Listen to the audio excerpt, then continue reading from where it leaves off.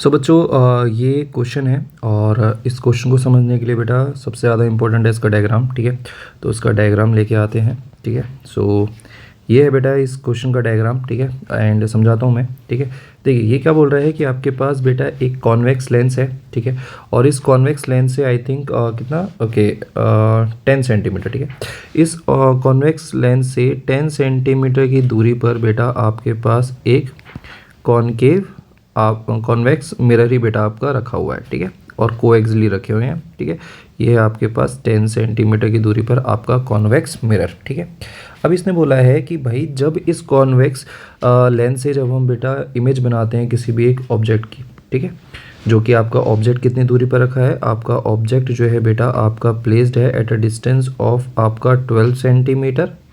ठीक है, और ये जो आपके पास जो कॉन्वेक्स लेंस है, इस कॉन्वेक्स लेंस की फोकल लेंथ आपके पास दे रखी है जो कि आपके पास 10 सेंटीमीटर। ठीक है, तो ये बोल रहा है कि भाई जब हम इस ऑब्जेक्ट की इमेज बनाते हैं तो लाइट रेज ऐसे जाती है। ठीक है, यहाँ पर टकराई। ठीक है, और आपका जो है बेटा ये लाइट रेज जो है जैसे ही बेटा ये मिरर से टकराती है तो ये लाइट रेज से जो बेटा आपकी इमेज बनती है वो इमेज बेटा आपकी दोबारा से कहाँ पर बन जाती है, ऑन द ऑब्जेक्ट इटसेल्फ। ठीक है, तो ये चीज़ बेटा कब पॉसिबल होगी, ये चीज़ तभी पॉसिबल हो रही होगी जब बेटा लाइट रेज बेटा मिरर से टकराएंगी और वो टकरा के सेम पाथ को बेटा फॉलो करेंगी। जब लाइट रेज मिरर से टकराएंगी और लाइट रेज टकराने के बाद सेम पाथ को जो है बेटा आपका फॉलो करके आएंगी।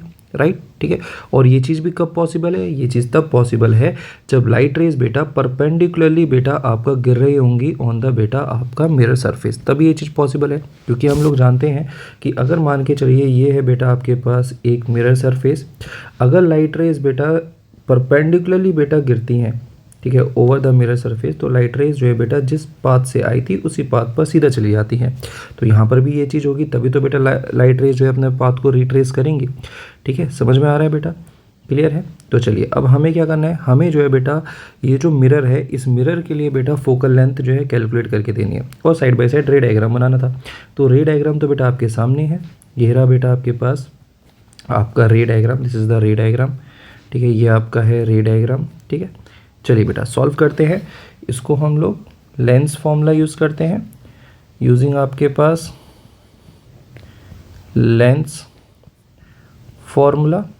ठीक है, देखिए अब हमें बेटा फोकल लेंथ किसकी कैलकुलेट करनी है, हमें फोकल लेंथ कैलकुलेट करनी है ऑफ द बेटा आपके पास जो मिरर है उसकी। ठीक है, बट लेंस के लिए तो हमें बहुत सारी चीज़ें दे रखी है। जैसे लेंस के लिए बेटा आपको फोकल लेंथ आपको प्रोवाइडेड है, लेंस की फोकल लेंथ बेटा आपके पास कितनी दे रखी है, आपका 10 सेंटीमीटर। ठीक है, लेंस की फोकल लेंथ आपके पास है 10 सेंटीमीटर।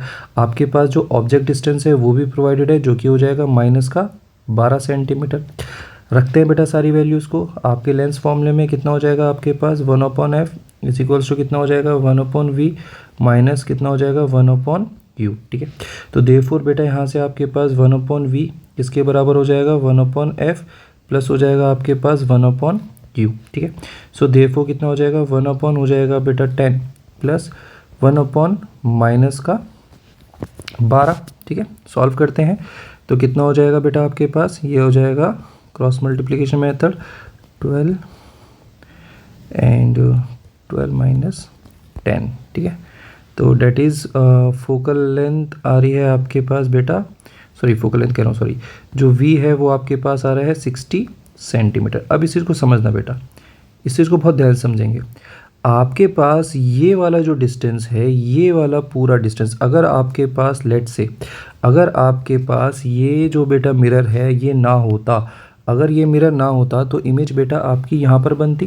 राइट, और ये जो बेटा डिस्टेंस आता वो कितना आता बेटा आपका 60 सेंटीमीटर का आता।